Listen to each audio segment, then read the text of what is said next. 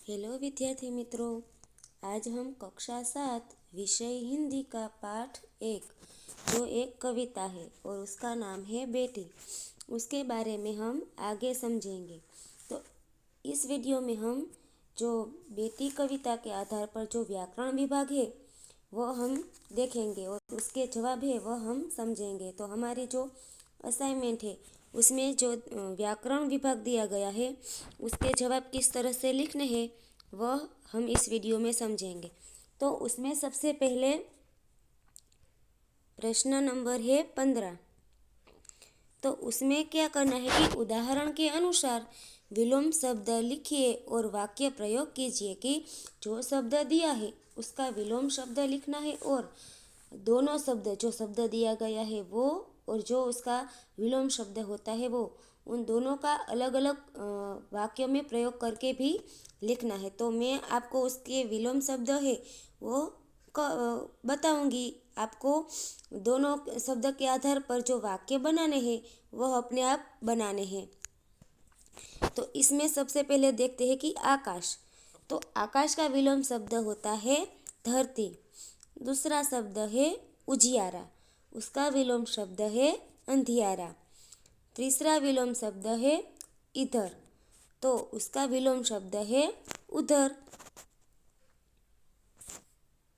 उसके बाद देखते हैं कि चौथा विलोम शब्द है भलाई, तो उसका जो विलोम शब्द है वह है बुराई। पांचवा शब्द है पाना, उसका विलोम शब्द है खोना। तो इन पांचों शब्द और उसके विलोम शब्द का वाक्य में प्रयोग करके आपको लिखना है।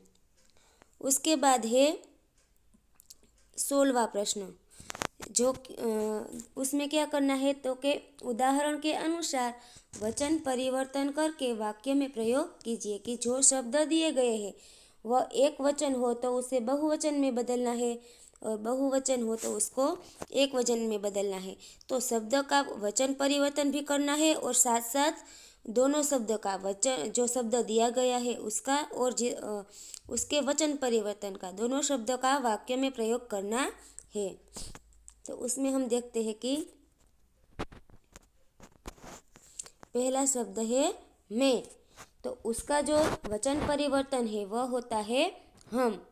दूसरा शब्द है बच्चे, तो ये बहुवचन है तो हमें उसका एक वचन करना है कि बच्चा। तीसरा शब्द है खिलौना, तो उसका बहुवचन होगा खिलौने। चौथा शब्द है खेत, तो उसका जो वचन परिवर्तन है वह खेत ही रहेगा, लेकिन जब हम दोनों शब्द का वाक्य में प्रयोग करते हैं तो जो पहला जो हमें इसमें दिया गया है उसका वाक्य हम इस तरह से बनाते हैं कि खेत हरा भरा है, यह एक वचन हुआ। और उसका हम बहुवचन करेंगे तो उसमें भी खेत शब्द का ही प्रयोग करना है, लेकिन खेत हरे भरे है। तो इस तरह से शब्द वचन परिवर्तन में यही रहता है, लेकिन हम जब वाक्य बनाते हैं तो दोनों में हमें जो अंतर है वह नज़र आता है। तो इन चारों शब्दों का और उसके वचन परिवर्तन का वाक्यों में प्रयोग करना है। उसके बाद हम देख सकते हैं कि प्रश्न नंबर 17, जिसमें क्या करना है कि शब्दकोश के आधार पर शब्दों को उसको क्रमशः हमें ढूंढना है कि सबसे पहले कौन सा शब्द आता है उसके बाद कौन सा आता है। तो इसमें हम सबसे पहले देखेंगे कि सबसे पहले अंबर, फिर कष्ट, फिर गर्व, उसके बाद मिसाल और अंत में शान।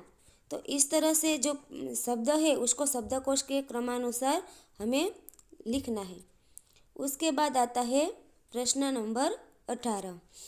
उसमें क्या करना है कि निम्नलिखित शब्दों को उदाहरण के अनुसार उचित क्रम में रखकर अर्थपूर्ण वाक्य बनाइए।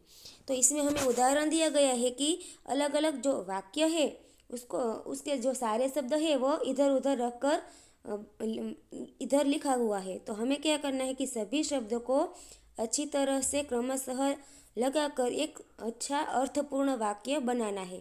तो इसमें दिया है कि चाहिए, का, प्रसार, घर घर, होना, में, शिक्षा। तो ये शब्द है सभी इधर उधर हो गए हैं, तो इसे हमें अर्थपूर्ण वाक्य बनाना है। तो वाक्य क्या बनेगा कि घर घर में शिक्षा का प्रसार होना चाहिए। तो इस तरह से हमें वाक्य है वो हमें बनाना है। तो इसमें हमें देख सकते हैं कि जो 5 इस तरह से हमें वाक्य दिए गए हैं, लेकिन वाक्य में शब्द है वह क्रमशः नहीं है, तो हमें उसे क्रमशः लगाने हैं। तो इसमें सबसे पहला जो वाक्य है उसमें जवाब आएगा कि नीम मूलतः भारत की धरती का पेड़ है। दूसरा वाक्य है वह होगा कि दांतों के लिए नीम की दातुन श्रेष्ठ होती है।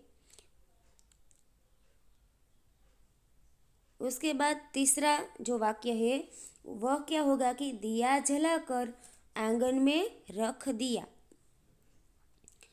चौथा वाक्य है उसका जवाब होगा हमें खाने में अधीरता नहीं दिखानी चाहिए। पांचवा प्रश्न वाक्य है उसका जवाब होगा कि हमारे व्यवहार में विनम्रता भी होनी चाहिए। तो इस तरह से हमें जो शब्द है वह क्रम में हमें ढूंढकर उसे लगाना है और अर्थपूर्ण वाक्य बनाने हैं। उसके बाद है 19वां प्रश्न, उसमें हमें समानार्थी शब्द है वह ढूंढकर लिखना है। तो उसमें सबसे पहला है सहारा। तो सहारा का समानार्थी होगा आधार।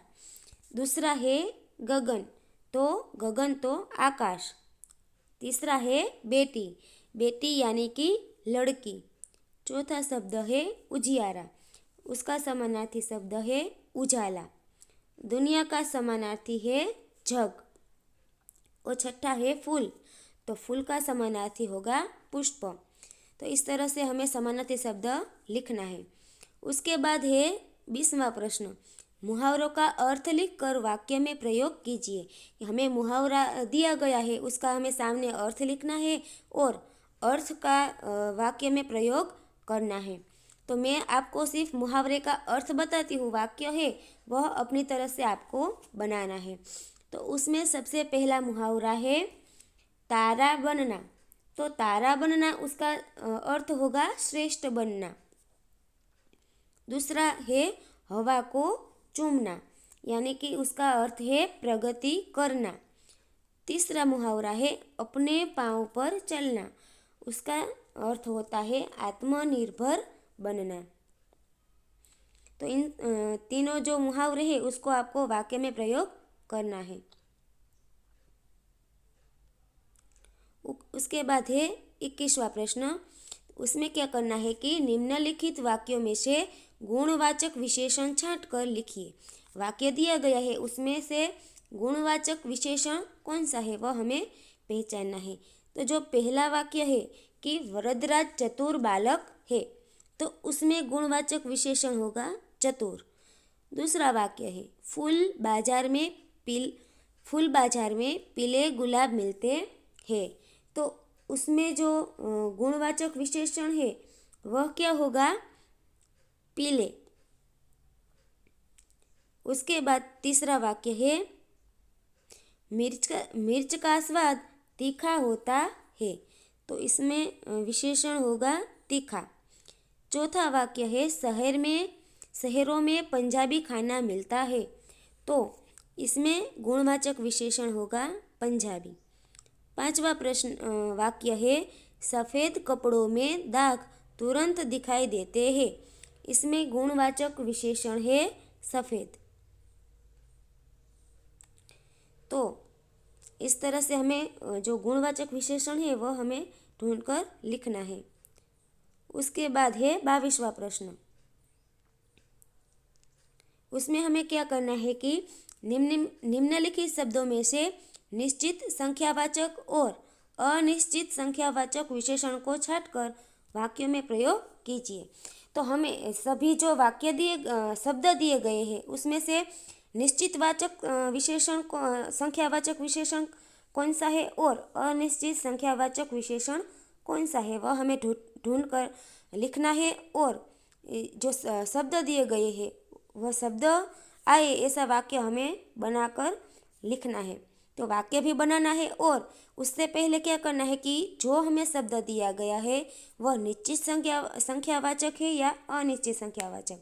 तो हम वह कैसे पहचान सकते हैं? तो जिसमें हमें अंक दिए गए हैं, जो निश्चित है कि एक तो एक, तो इसे कहते हैं कि निश्चित संख्यावाचक। और अनिश्चित यानी कि हमें उससे पता नहीं चलता कि कितनी संख्या में वो वस्तु या कुछ भी जो हमें यहाँ पे शब्द दिया गया है वह है, तो उसे कहते हैं अनिश्चित संख्यावाचक। जैसे कि थोड़ा, तो थोड़ा में हमें कितना थोड़ा यह हम तय नहीं कर पाते हैं, इसीलिए वह अनिश्चित संख्यावाचक विशेषण होगा। तो हम इसमें दे सकते हैं कि कई, तो कई है वह अनिश्चित संख्यावाचक विशेषण है।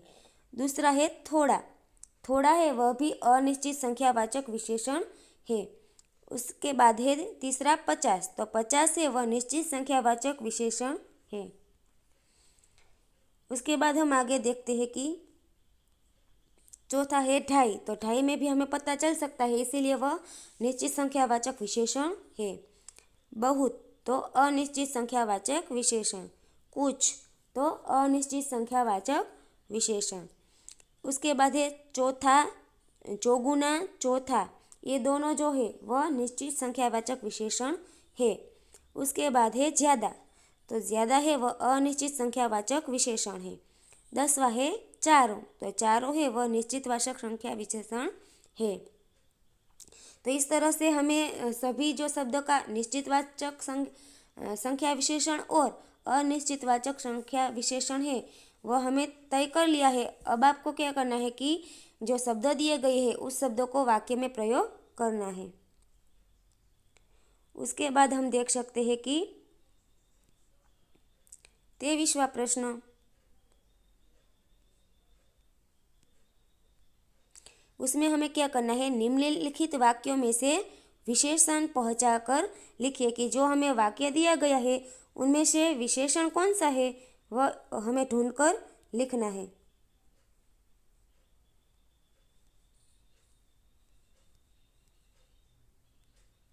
तो उसमें जो पहला वाक्य है कि पानी गंधहीन होता है, तो इसमें से विशेषण कौन सा होगा, तो के गंधहीन।